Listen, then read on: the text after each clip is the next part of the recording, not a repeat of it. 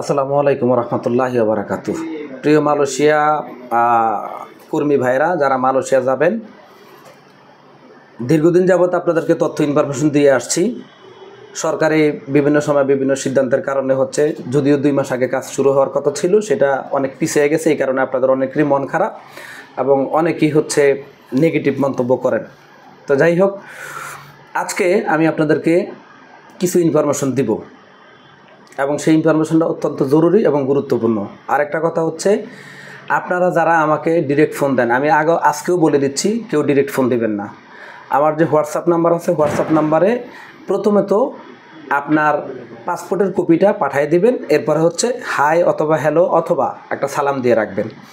এই কথাটা কেন বললাম, যখন আপনি পাসপোর্টের কপিটা দিয়ে রাখবেন, ওইখানে যে নাম ঠিকানা আছে ওইটা লিখে ওইভাবে হচ্ছে নাম্বারটা সেভ করতে সুবিধা হয়, যাতে আপনি অমুক জায়গা থেকে বলছেন অমুক ব্যক্তি, এটা আমাদের নাম সেভ করার ক্ষেত্রে সুবিধা হয়। অনেক সময় অনেকের নাম্বার সেভ থাকে না, যার কারণে অনেক সময় প্রবলেম হয়ে যায়। কেউ ফোন দিলে আমরা ইনফরমেশন দিতে পারি না, বুঝতে পারি না কে ফোন দিল, কী আসার বিষয়। হ্যাঁ, আরেকটা কথা হচ্ছে, ইদানিং আমার পিছনে অনেকেই লেগে গেছে এই কারণে যে আমি সব সময় বলি যে আমি ভিসা অনলাইন হওয়ার আগ পর্যন্ত কারো কাছ থেকে 10 পয়সা নেই না। এই কারণে তো ভাই, আমার অ্যাবিলিটি আছে, আমি করি। আপনার অ্যাবিলিটি থাকলে আপনিও করেন, সমস্যা কি? আমি চাই যাতে কোনো কর্মী ক্ষতিগ্রস্ত না হয়, কেউ যেন ক্ষতিগ্রস্ত না হয়। তো এটা তো আমার অপরাধ না, এটা আমার অপরাধ না।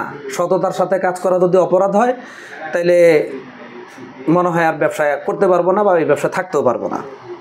তো সততার সাথে কাজ করতে চাই, এটা হচ্ছে আমার প্রথম এবং শেষ ইচ্ছা। সবচেয়ে বড় কথা, কোনো কর্মী যায় হচ্ছে কাজ পাবে না, সেই কাজ আমার দ্বারা হবে না। কোনো কর্মী যায় হচ্ছে বেতন পাবে না, সেই কাজও আমার দ্বারা হবে না। আর কর্মী টাকা পয়সা দেওয়া হয়রানি ভোগান্তি হবে, এটাও আমি করব না, বা আমার দ্বারা এটা সম্ভব না। আমি সবসময় বলি যে আমি সোহেল মাতব্বর দ্বারা যদি কেউ ক্ষতিগ্রস্ত হয়ে থাকেন, আপনি আমার নামে মামলা করে দেন। হাইকোর্টে মামলা করেন, থানায় মামলা করেন, পুলিশ নিয়ে আমার অফিসে আসেন, সাংবাদিক নিয়ে আমার অফিসে আসেন, প্রুফ সহ যে এই লোকের টাকা দিছি, পয়সা দিছি, ক্ষতিগ্রস্ত হয়েছি, টাকা দেয় না, পয়সা দেয় না, ঘুরাচ্ছে অথবা আমাদেরকে ক্ষতিগ্রস্ত করছে, প্রুফ সহ অফিসে আসবেন। এটা হাত জোর করে বললাম। কিন্তু প্রুফ ছাড়া কেউ দয়া করে হচ্ছে খারাপ কথা বললেন না। সততার সাথে কাজ করতে চাই, করার সুযোগ দেন। আর আরেকটা কথা হইলো, আপনারা অনেকেই প্রশ্ন করেন যে ভাই মালয়েশিয়া যেতে সময় লাগে কয়দিন। দেখেন, মালয়েশিয়ার ভিসা হইতে সময় আমি বলে দিই, মেডিকেল ফিট টু বোর্ড পাওয়ার পরে 90 দিন, 3 মাস। আমি কি 3 মাস কাজ করতে পারি? করতে পারি না। আমাদের বাংলাদেশে 1 মাসে 4টা শুক্রবার, তাহলে 30 দিন থেকে যদি আমি 4 দিন বাদ দিই, থাকে হইলো 26 দিন। মালয়েশিয়া বাংলাদেশ 2 দেশ যেহেতু মিলে কাজ হয়, মালয়েশিয়াতেও শুক্রবার না, মালয়েশিয়াতে বন্ধ হচ্ছে রবিবার। তাহলে এইখানে আরও 4 দিন বাদ দিলাম, 4টা রবিবার। 1 মাসে সময় পাই কয় দিন? 22 দিন। এখন যদি আপনার কাছ থেকে আমি 90 দিন সময় নিই, তাহলে 22 × 3 কত হইল? 66 দিন। অর্থাৎ আপনার কাছে সময় নিলাম 90 দিন, আমি কাজ করার সময় পাই কয় দিন? 66 দিন। কিন্তু 66 দিনের মধ্যে হচ্ছে বিভিন্ন দিবস থাকে, বিভিন্ন সরকারি বন্ধ থাকে, তখন কি অফিস খোলা থাকে? কার্যক্রম করার সুযোগ আছে? সুযোগ নাই। তাইলে আপনার কাছ থেকে আমি সময় নিচ্ছি 90 দিন, কিন্তু কাজ করার সুযোগ পাই কয় দিন? অ্যাভারেজে 60 দিন বা 2 মাস। এই জিনিসটা আপনাদেরকে একটু বুঝতে হবে। আর মালয়েশিয়া যারা যাবেন, প্রত্যেকের নিজের নামে ব্যাংকের অ্যাকাউন্ট করে ফেলেন, বিএমইটি রেজিস্ট্রেশন এটা করে ফেলেন। ব্যাংকের অ্যাকাউন্ট যে কোনো ব্যাংকে হলে হবে, পুলিশ ক্লিয়ারেন্স মালয়েশিয়ার জন্য লাগে না। আর আপনাদের কথা হলো যে মালয়েশিয়ার মেডিকেল শুরু হবে কবে? আমি দায়িত্বের সহতে বলছি, আল্লাহ যদি বাঁচায় রাখে 16 তারিখ, সামনে যে 16 তারিখ, সেই 16 তারিখে ধামাকা দেখাবো ইনশাল্লাহ। প্রমাণ সহ, প্রুফ সহ আসবো যে মেডিকেল শুরু হয়েছে কিনা, মাইগ্রাম স্লিপ উঠছে কিনা, এটার প্রুফ এবং প্রমাণ সহ ইনশাল্লাহ আসবো, আপনাদেরকে দেখাবো ইনশাল্লাহ। যারা হতাশায় আছেন, নিরাশার মধ্যে পড়ে গেছেন, একেবারে ভেঙে পড়ছেন, তাদের জন্য বলবো এই কথাটা, যে প্রুফ সহ 16 তারিখে দেখাবো। আর 11 তারিখে আল্লাহ যদি বাঁচায় রাখে, সন্ধ্যা 6টায় একটা ভিডিও দিব, বাংলাদেশ থেকে ফ্লাইট যাবে মালয়েশিয়া, সেইটারও প্রুফ সহ দিব ইনশাল্লাহ। ঠিক আছে? তা আমি আপনাদের কাছে শুধু এটাই বিনীত অনুরোধ করব যে আপনারা যারা মালয়েশিয়া যাবেন, আপনারা দেখে শুনে বুঝে যাচাই বাছাই করে পাসপোর্ট জমা দেবেন। যাচাই বাছাই ছাড়া পাসপোর্ট জমা দিবেন না, ক্ষতিগ্রস্ত হওয়ার কোনো দরকার নাই। কাজ করতে বিদেশ যাবেন, যে দেশেই যান না কেন পয়সা পাবেন, এটাই তো উদ্দেশ্য বিদেশ যাওয়ার, নাকি? মালয়েশিয়ায় যাইতে হবে এমন কোনো কথা নেই, মালয়েশিয়া খুলতেছে, খুলবে। তবে গ্রেট খবর বা সবচেয়ে বড় সুখবর যেটা, এটা 16 তারিখের জন্য অপেক্ষা করবেন। 16 তারিখে আমি প্রমাণ প্রুফ সহ ইনশাল্লাহ আপনাদের সামনে হাজির হব। বড় সুখবরটা 16 তারিখে দিব। আর এখনও পর্যন্ত আপনারা যারা বই জমা দিয়েছেন বা দিবেন চিন্তা ভাবনা করছেন, আপনাদের টেনশনের কোনো কারণ নেই, নিশ্চিত থাকেন। সরকারি কাজ, সরকারি সিদ্ধান্ত, এগুলো সময় লাগে একটু। বাজারটা নিয়ে যারা কাজ করতেছে এরা প্রচণ্ড পরিমাণ পরিশ্রম করে, যেটা আপনি দেখলে বুঝতে পারবেন না, না দেখলে বুঝতে পারবেন না। আপনাকে দেখতে হবে যে তারা কি করে, কতটা পরিশ্রম করে এই বাজারটা খোলার জন্য। সরকারি বেসরকারি যারা এটার সাথে জড়িত আছে প্রত্যেকের বিশাল অবদান আছে এই বাজার খোলার জন্য, ঠিক আছে? তো আরেকটা কথা হইলো, আল্লাহ যদি বাঁচায় রাখে, এই গত ভিডিও বা অন্যান্য ভিডিওগুলোতে বলছি যে এইবার আমাদের ম্যাক্সিমাম কাজগুলো হবে প্লান্টেশন এগ্রিকালচার। মালয়েশিয়াতে প্লান্টেশন এগ্রিকালচারের কাজগুলো কর্মী বেশি নেবে এবং আমাদের প্লান্টেশনের ইন্টারভিউ হবে। ইন্টারভিউ যারা দেবেন তাদেরকে অবশ্যই আগে পাসপোর্ট জমা দিতে হবে এবং ইন্টারভিউর 3 দিন আগে আপনাকে অফিস থেকে ফোন করে জানানো হবে যে অমুক দিন ইন্টারভিউ। এটা ইন্টারভিউর নিয়ম। আগে পাসপোর্টটা কেন জমা নেওয়া হয়? কারণ ডেলিগেটকে হায়ার করার আগে পাসপোর্টগুলো জমা নিতে হয়, তারপরে ডেলিগেটকে কনফার্ম করতে হয় যে আমার বইগুলো রেডি, আপনি এসে ইন্টারভিউ নেন। তারপর ডেলিগেট এসে ইন্টারভিউ নেয়। যদি ডেলিগেট আমার পাসপোর্ট জমা নেওয়া হলো না, আমি ডেলিগেট কনফার্ম করলাম উনি দেশে আসলো, আমি ইন্টারভিউ কারে করাবো? তাই না?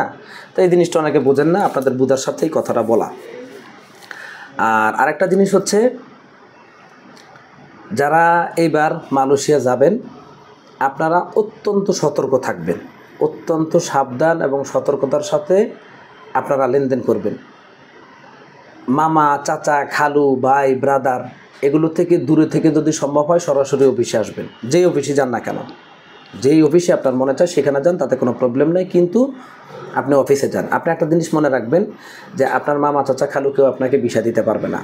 ভিসা দেওয়ার এখতিয়ার যাদের লাইসেন্স আছে তাদের, অথবা যারা মালয়েশিয়ার ডিমান্ড লেটার সংগ্রহ করে তাদের, আদারওয়াইজ কেউ ভিসা দিতে পারবে না। আর প্রসেসিং সিস্টেমটা যেহেতু নির্দিষ্ট কিছু লাইসেন্সের মাধ্যমে হবে, আপনার ডিমান্ড লেটার যদি আপনিও সংগ্রহ করেন ওই লাইসেন্স থেকে আপনাকে প্রসেসিং করে নিতে হবে, তাদের কাছে আপনাকে যেতে হবে। এটা হচ্ছে বাস্তবতা, ঠিক আছে? আর মালয়েশিয়ার সরকারের ঘোষণা অনুযায়ী এখন যাদের ভিসা হবে এই বছর প্রত্যেকের মাল্টিপল ভিসা, অর্থাৎ আপনি যে ভিসাটা নিয়ে ঢুকবেন সেটা নিয়ে হচ্ছে ভিসার মেয়াদ থাকা অবস্থায় একাধিকবার দেশে আসতে পারবেন, যেতে পারবেন, তবে নিজ খরচে।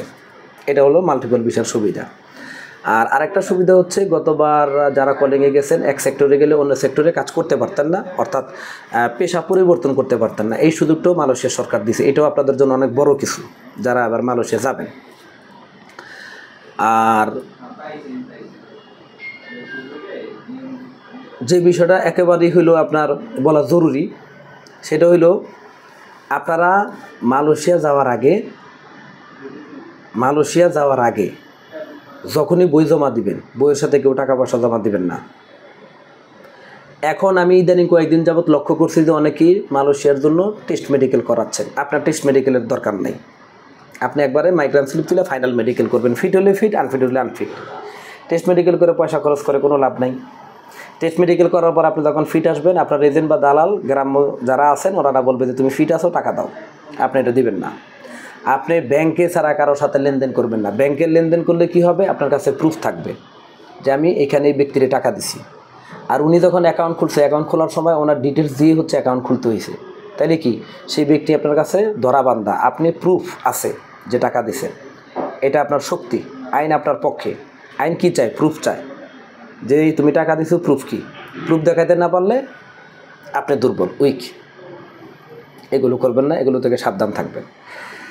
আর অবশ্যই আমি যেহেতু কারো কাছ থেকে ভিসা অনলাইন হওয়ার আগ পর্যন্ত 10 পয়সাও নেই না, তাই গার্জিয়ান ছাড়া আমার অফিসে কেউ আসবেন না। আমি বই জমা নেব না। আমি কাউকে ক্ষতিগ্রস্ত করতে চাই না, নিজেও ক্ষতিগ্রস্ত হতে চাই না। এটা হলো সবচেয়ে বড় কথা। আর আল্লাহ যদি বাঁচা রাখে ইনশাল্লাহ কাজ শুরু হোক, তারপরে ইনশাল্লাহ বুঝতে পারবেন যে আল্লাহর রহমতে সোহেল ভাই কী করতে পারে, কতটুকু সক্ষমতা আল্লাহ পাক সোহেল ভাইকে দিছে, সোহেল ভাই কেমন মানুষ। আর আরেকটা কথা হইল, আমার নাম সোহেল মাতব্বর, আমার বাবা মরহুম আব্দুল আজিজ মাতব্বর, আমার মা মৃত মোসাম্মদ ফাতেমা বেগম, আমার বাড়ি গাজীপুর পশ্চিম লক্ষ্মীপুরা পুলিশ লাইন, ভাষা নম্বর 158/6। যদি কারো কোনো কমপ্লেন থাকে সোজা আমার বাড়িতে পুলিশ পাঠিয়ে দিবেন, তবে প্রুফ সহ। আমি আমার ভোটার আইডি কার্ডের ছবি আমাদের হোয়াটসঅ্যাপ গ্রুপে দিয়ে দিছি, কারণ আমার ভিতরে বিন্দু পরিমাণ শয়তানি নেই, বদমাইশি নেই। শতভাগ সততার সহিত কাজ করতে চাই, চ্যালেঞ্জ করে কাজ করতে চাই। আমি নিজে ক্ষতিগ্রস্ত হব, কাউরে ক্ষতিগ্রস্ত হইতে দিব না, এটা আমার চেষ্টা। আর এইভাবেই হচ্ছে আমি কাজ করব ইনশাল্লাহ। এটা আমার চ্যালেঞ্জ, আল্লাহ যেন আমার সফল করে। আমি আগেও বলছি যে আমি বিদেশে 7টা দেশে বিদেশ করছি, আমি দেখছি কি করে। এক কাজের কথা বলে অনেক কাজ, বেতন ঠিক নাই, কাজ ঠিক নাই, আকামা নাই, কিচ্ছু নাই, বিদেশ পাঠিয়ে দেওয়া, দায়িত্ব শেষ। আমি ব্যবসা করি না, করব না। আমার কর্মী কাজ না পাইলে আমি জরিমানা দিব, দিয়ে কর্মীরে কাজে লাগাবো। আমার 14 গোষ্ঠীতে গালাগালি করবেন সেই সুযোগও নাই, সেই সুযোগ কেউ দিব না ইনশাল্লাহ। কিন্তু আপনাদের কাছে দোয়া চাইব, আপনাদের সহযোগিতা চাইব। আপনাদের সহযোগিতা অত্যন্ত জরুরি, কারণ আমি একা মানুষ। আমি যখন এই সেক্টরে ফাইট করব তখন আমার একার পক্ষে ফাইট করা সম্ভব না। ইতিমধ্যে হচ্ছে আমার অফিসে অনেকে আসছেন অনেক ধরনের যাচাই বাছাই করার জন্য, ট্রাই করার জন্য, আমার ফল্ট ধরার জন্য, ফল্ট খোঁজার জন্য, কিন্তু আল্লাহর রহমতে নট এ সিঙ্গেল প্রুফ, একটা প্রুফ দিতে পারে নাই যে আমি কারোর সাথে কোনো বদমাইশি করছি, কারণ ওইটার মধ্যে আমি নাই। ইনশাল্লাহ কোনো দিন যাবো না। তা আপনারা ওয়েট করেন 11 তারিখের ভিডিওর জন্য, আর ওয়েট করেন হচ্ছে 16 তারিখে যে ধামাকা দিব সেই ধামাকার জন্য। 16 তারিখ বিকাল 6টায় আর 11 তারিখ বিকাল 6টায়। অনেকেই গালাগালি করছেন, আমি আপনাদেরকে বলবো যে দিন শেষে ইনশাল্লাহ সত্যের জয় হয়। ধৈর্য ধরা কষ্টকর, কিন্তু তার ফল ভালো হয়। এটুকুই মনে রাখবেন, ধৈর্য ধরা কষ্টকর, ফল ভালো হয়। আর কিছু বলবো না। আপনারা ভালো থাকেন, আমার জন্য দোয়া করেন। আমি সবসময় বলি আমি যেন কারো ক্ষতি না করি এবং কেউ যেন আমার ক্ষতি করতে না পারে। আমি যেন কারো দ্বারা ক্ষতিগ্রস্ত না হই এবং আমার দ্বারা যেন কেউ ক্ষতিগ্রস্ত না হয়, এটাই। আজকে এই পর্যন্তই। আপনারা ভালো থাকেন, আমার জন্য দোয়া করেন ইনশাল্লাহ। সেই পর্যন্ত 16 তারিখ পর্যন্ত আল্লাহ পাক যদি আমারে বাঁচায় রাখে, আবার দেখা হবে ইনশাল্লাহ। আপনারা আমার জন্য দোয়া করেন। আজকে এই পর্যন্তই। আসসালামু আলাইকুম ওয়া রাহমাতুল্লাহি ওয়া বারাকাতুহু।